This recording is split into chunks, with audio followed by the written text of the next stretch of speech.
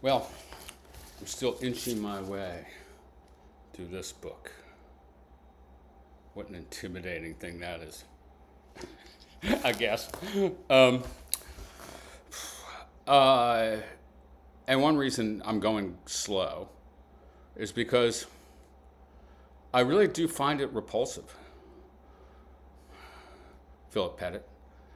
I find myself getting angry. It's a bald argument for statist authoritarianism. It argues for maximum centralization of power in the hands of a single executive, really. A unitary executive. I don't know, you might want to look that up as a constitutional theory. I have a hard time believing this is the same person that wrote Republicanism. So after we, go through some of the arguments that I have talked about in the previous videos, we start talking about, Pettit starts talking about the nature of the state. What is a state? This is a classic question in political philosophy, man. And he uses the answer that he gives to that question to argue that really a state should be a system of a uniformly applied system of laws administered by a central authority to which everyone is unquestioningly obedient. That's how he ends up defining full incorporation of the state. So that's what the argument is here in chapter 2 of The State by Phillip Pettit. He argues that a state should be fully incorporated. Now, what that means is, I guess, not exactly what it might mean in terms of incorporation in, should we incorporate our town of Woodville? But it's the question of whether there are collective agents and whether the state is such a collective agent. And the classic source on this, although not the oldest source, as Pettit points out, is Hobbes. When we sign a social contract in Hobbes, we together form a collective agent, the Leviathan, or the sovereign. Right? Its decisions are our decisions. And we've agreed to that. So if, for example, if we disobey and are punished, it's us punishing ourselves. I mean, look, the nature of the state is a great is a nice mystery. It's not the only example of corporate or collective agent, but it's a particularly problematic and fundamental example. So, I mean, I wrote about this in Against the State. I mean, where the first set of moves have to do with, that was my book from 2004. The first set of moves have to do with trying to define what a state is. That is what I'm rejecting. So, I guess what we could say is a state is a fictional, Pettit, I think, accepts that formulation, fictional agent, or it's all of us who signed the social contract, or all of us who live within the bounds of this territory, as imagined as a single person, operating as a single person. In some ways, like it sounds wacky in a way, or ontologically facetious. And boy, there are really real problems with the existence of such things, okay? Real problems. I mean, you could even see this in the medieval context. Do collective agents have souls? Is the United States immortal? That's what it is to be an agent or a person if you're a Christian, I guess, to have an immortal soul.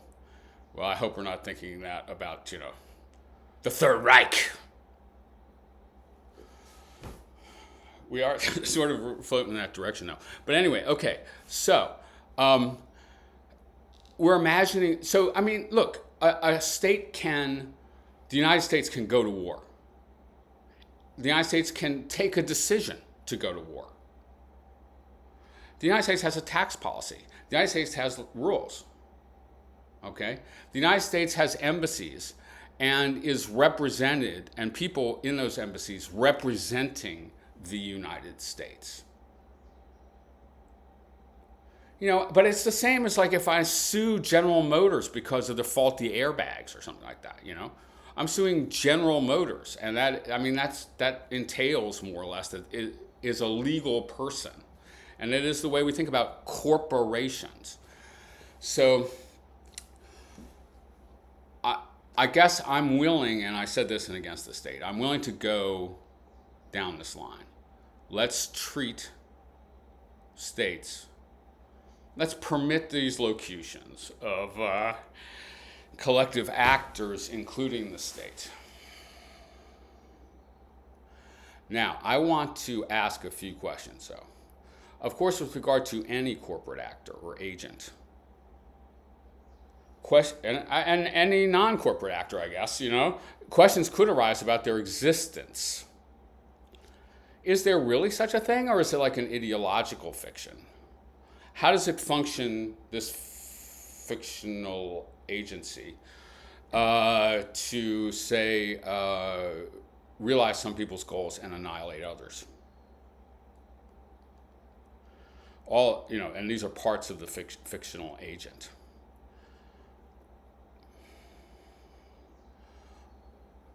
Another question I'd ask is, as we join up with this fictional agent, or as we are always already incorporated in the fictional agent, does this erase our personal agency, or what's the complex relationship between those two things?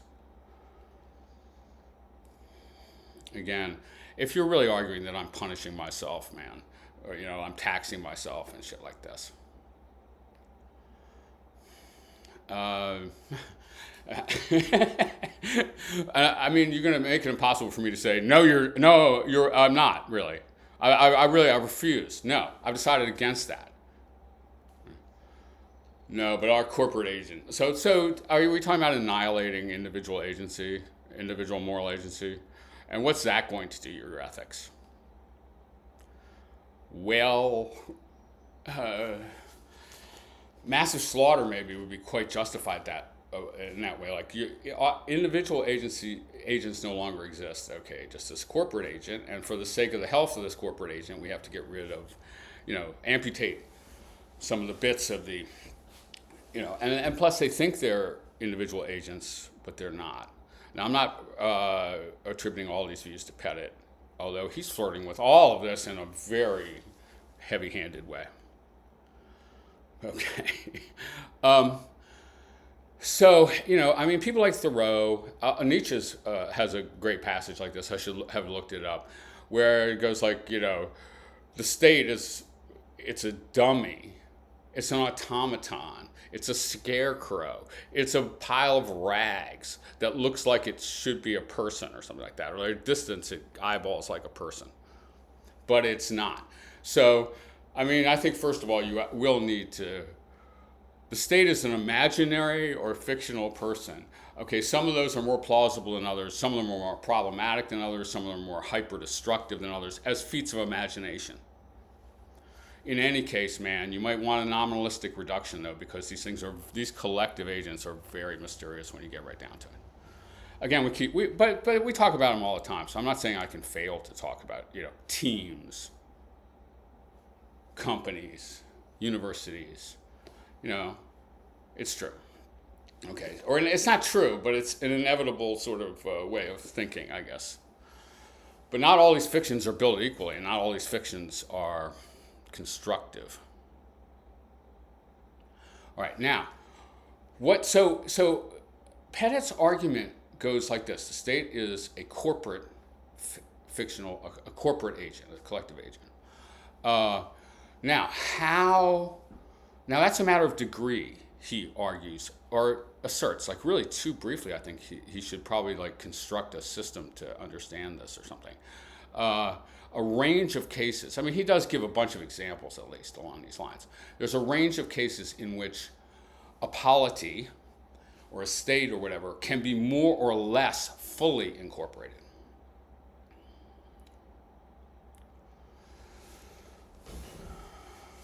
And now he's not talking about the fact that it is imagined as an agent, like for in lawsuits or international relations or something like that, that we conceive it as if it were an agent. He's asking how fully it should it be incorporated in the sense of how singular should it be? How centralized should its intelligence be? Or I might just experiment with this locution again. The apparent individual agents or smaller agents, including smaller group agencies, should they exist at all? Because I have a feeling that they shouldn't in a fully incorporated polity. Well, I mean, maybe that's too strong. But let's look at some of these things. I mean, this is some of the most disturbing political philosophy I've read in a long time. Here's page 92 of chapter 2.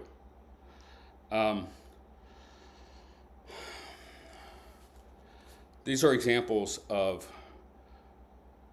okay, the question is whether the citizens and officials of a nomothetic state, law-governed state, should operate to the fullest extent as a single agent, to the fullest extent as a single agent.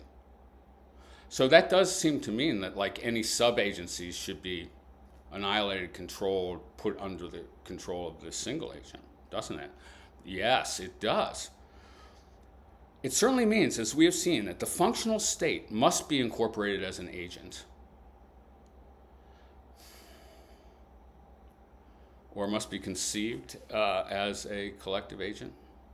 But it doesn't mean it must be fully incorporated in that way. It will fail to be fully incorporated insofar as the voice speaks equivocally, the voice of the state, the voice of the state.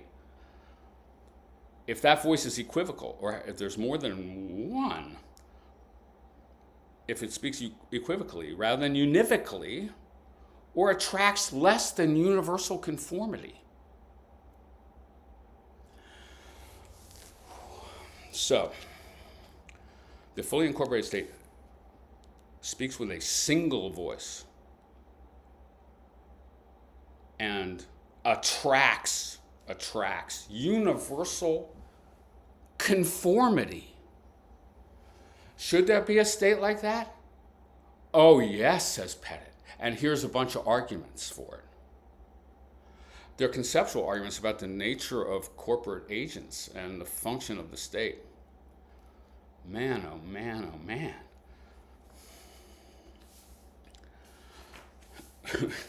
But let's say that that's not what they're, he, like I say, he's going for, so he criticizes the Athenian democracy along these lines. No singular authority.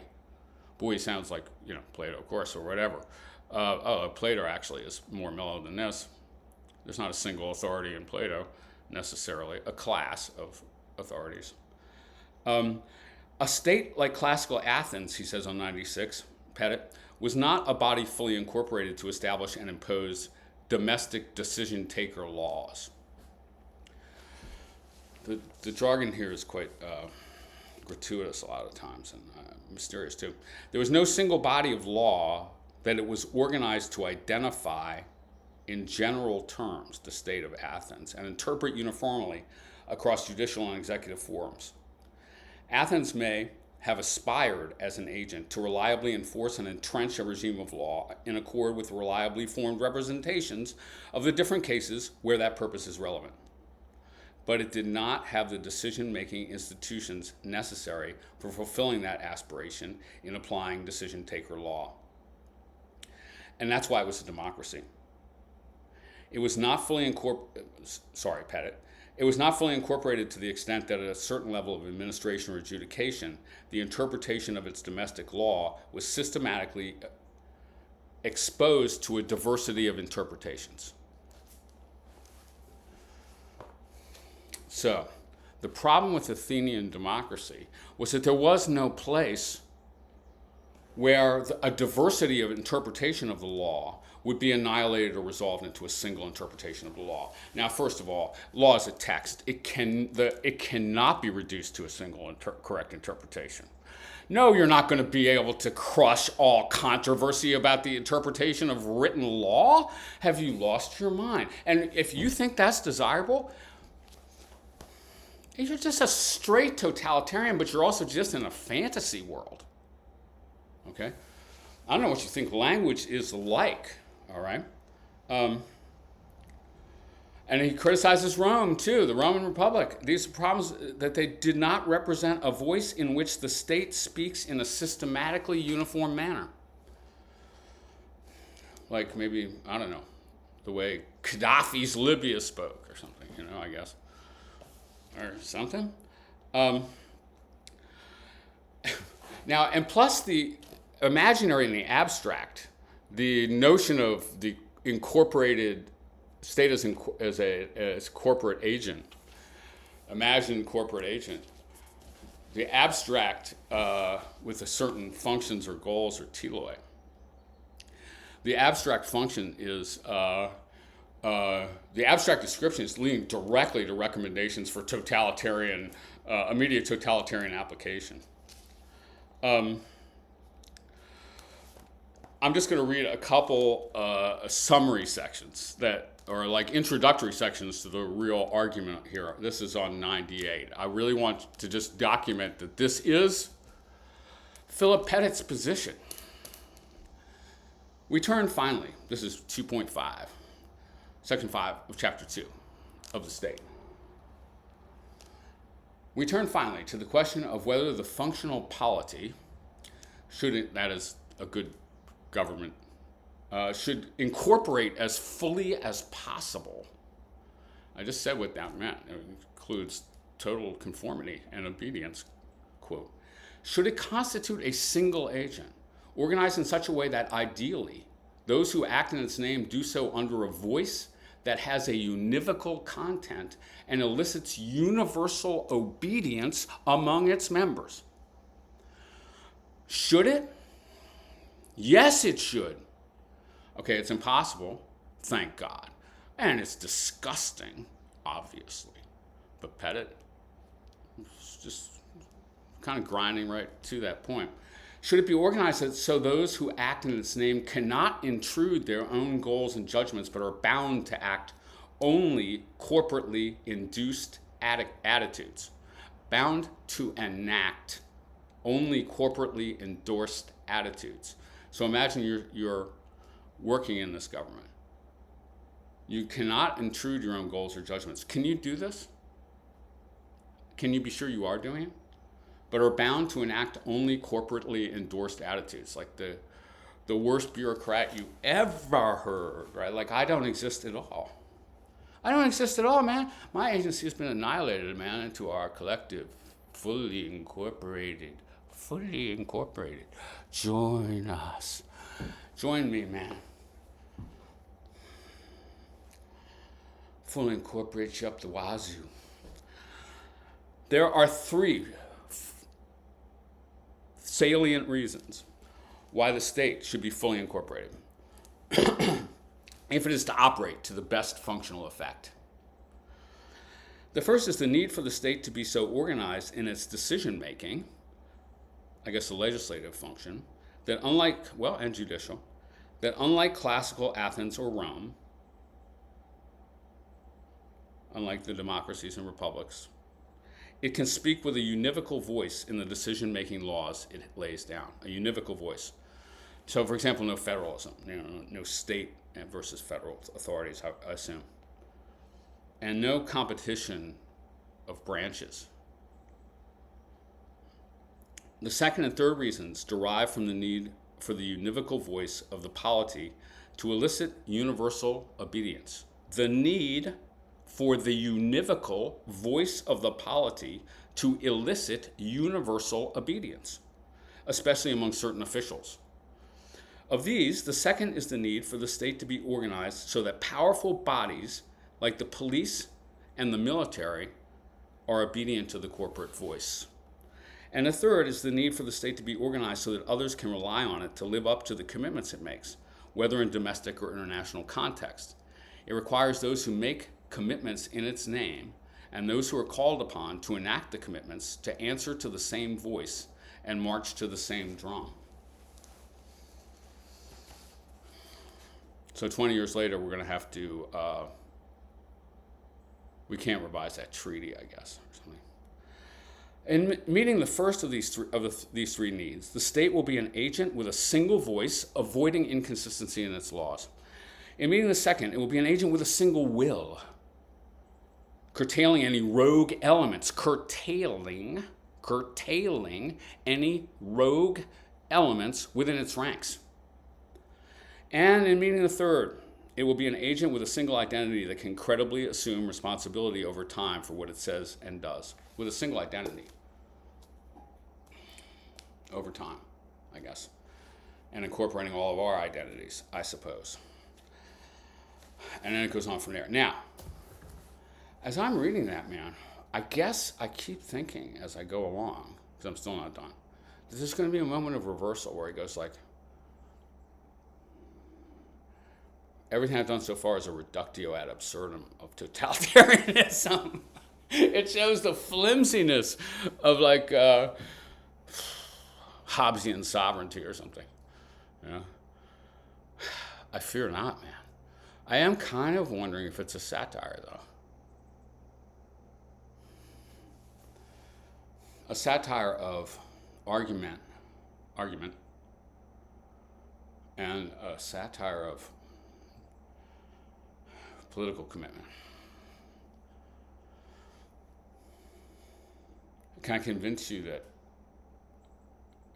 I really think I have reasons to take these repulsive positions? All right, but maybe there's a cure. I'm sure there's a cure. There has to be a moment of balance as he goes on. All right, I guess that's today's bit.